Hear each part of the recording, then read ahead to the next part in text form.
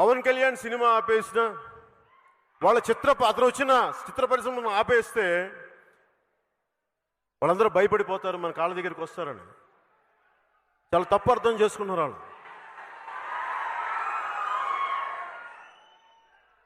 ఎందుకంటే మీ అందరికీ దృష్టికి తీసుకొస్తా ఉన్నా, నాకు చాలా బాధ వేస్తుంది. చిత్ర పరిశ్రమ గురించి ప్రతి ఒక్కళ్ళు మాట్లాడుతూ ఉంటాయి.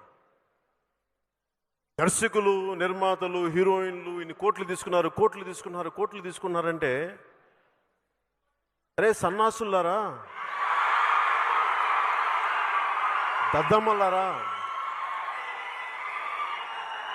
ఒక హీరో కానీ హీరోయిన్ కానీ దర్శకులు కానీ మీకు లెక్క చెప్తా.